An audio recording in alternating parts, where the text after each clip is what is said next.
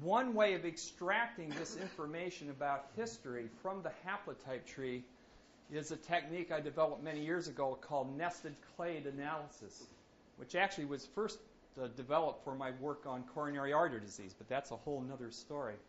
So this is just kind of a spin-off of my medical research to a more basic evolutionary problem. And basically what you do is you take the haplotype tree and you convert it into a nested statistical design, and there's an algorithm for doing that. But evolutionary biologists, I think, always naturally think in terms of nested designs.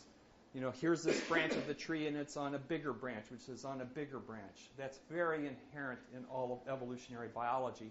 And a tree-like structure is very amenable to that. You then take other data. It could be cholesterol levels. It could be geographical data. We're going to talk about geographical data. And you overlay it upon this nested design.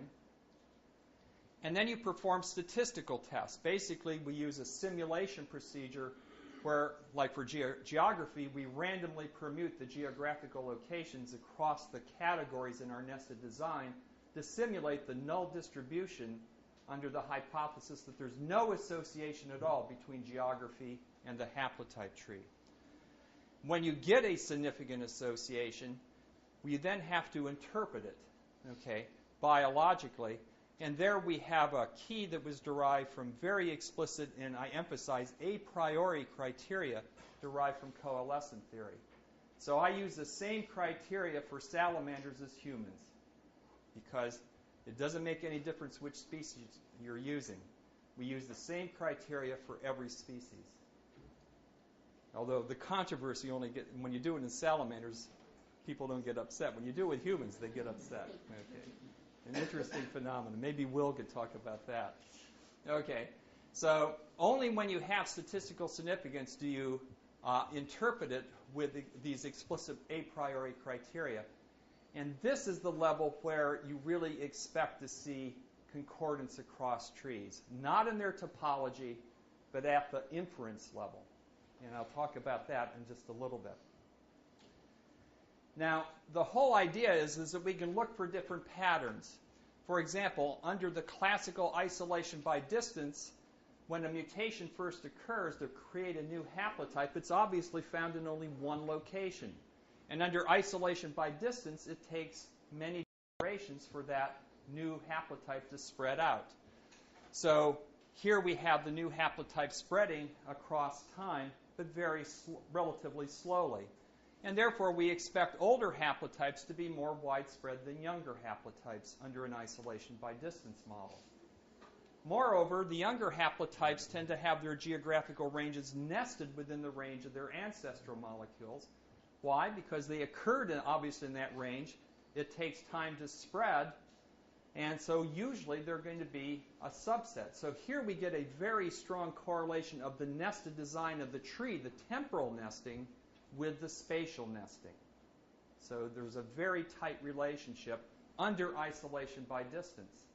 But you can violate this pattern by other kinds of events that occur. So, for example, one event is a range expansion, when a species suddenly expands into a new area, or a population maybe expands into an area already colonized, but it's a major genetic inflow. And here's one where there's no controversy, at least about that this was an expansion. There's controversy, of course, about the details, but I'm not going to go into that. So humans expanded into the Americas. Okay? And here is just a portion of the mitochondrial haplotype tree. So I'm indicating the root is here. I'm not showing the whole tree. And this is a clade of haplotypes, one of these nested clades. So it's not a single haplotype. It's a clade. And I've tried to show on this diagram that this clade is found mostly in this part of Asia, but it gets into North America and all the way down into Central America. So that's the geographical distribution of this clade. Now, once again, each line represents a single mutational change. So here's another mutation that occurred for another clade. And these can be polymorphic in the same population, but I couldn't really illustrate that. So just keep in mind, this is North America and Central America. This is North America, Central America, and South America. Okay? Now, also, if you remember how maps are distorted in this kind of projection, the geographical range of this clade is actually larger than the geographical range of that clade. But clearly, time is flowing this way. This is the young clade. This is the older ancestral clade. That's directly opposite the pattern of isolation by distance. And so that's a pattern that is indicative of range expansion. Now here's another clade of mitochondrial haplotypes that's found only in American Indians from the southwestern part of North America. And you say, well, that fits because this has a very narrow range, and here's the ancestral form, which is very widespread. But another thing we could ask is, where are the geographical centers of these clades? And you can see this one has a geographical center that's thousands of kilometers from the geographical center of its ancestral clade. And once again, that's not likely under an isolation by distance pattern. So we have ways of quantifying. We have statistics that measure how widespread a clade is, and statistics that measure how deviant it is from its geographical centers, from its closest evolutionary relatives. And so using this combination of statistics, we can test for these kinds of patterns. I'm not giving the details because all this has been published long ago. So now we can do the nested clade phylogeographic analysis. And one thing that's also very important, recurrent gene flow, like isolation by distance, range expansion, fragmentation, these are not mutually exclusive events. Sometimes people tend to look at them that way. All of these could have occurred in the history of a species at different times and or places. So you don't regard these as mutually incompatible.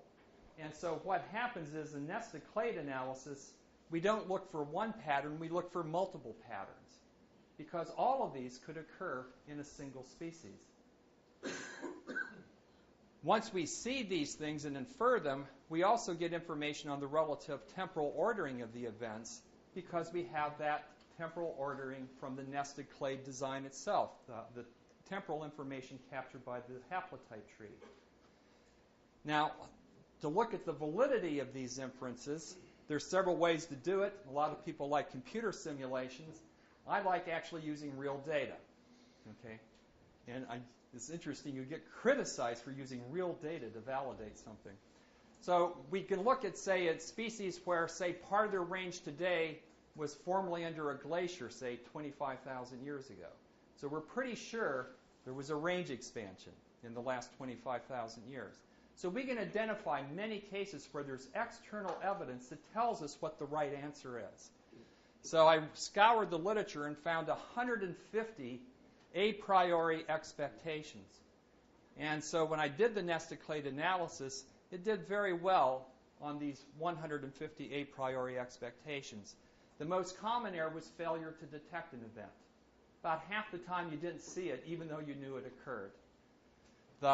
There were few false positives for most inferences, although range expansion had a false positive rate that may be up to 18%. And you get that by saying, every range expansion that I did not have prior information for, I will count as an error, a false positive.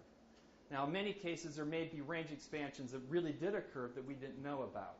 So this 18% is an upper bound on the false positive rate. Okay? But still, let's be pessimists and say everything that we didn't know a priori was a mistake is still much higher than the 5% type 1 error rate. So actually, I did an earlier study in '99 on fewer ones, but this reinforced it. So I knew that errors occurred, both false negatives and, to a lesser extent, false positives. So how do we deal with these errors? So to deal with these errors, first of all, the false positives. Remember, the only part of the haplotype tree that we see is the part that is marked by a mutation event. And so our inference requires that an appropriate mutation occurred at the right time in the right place.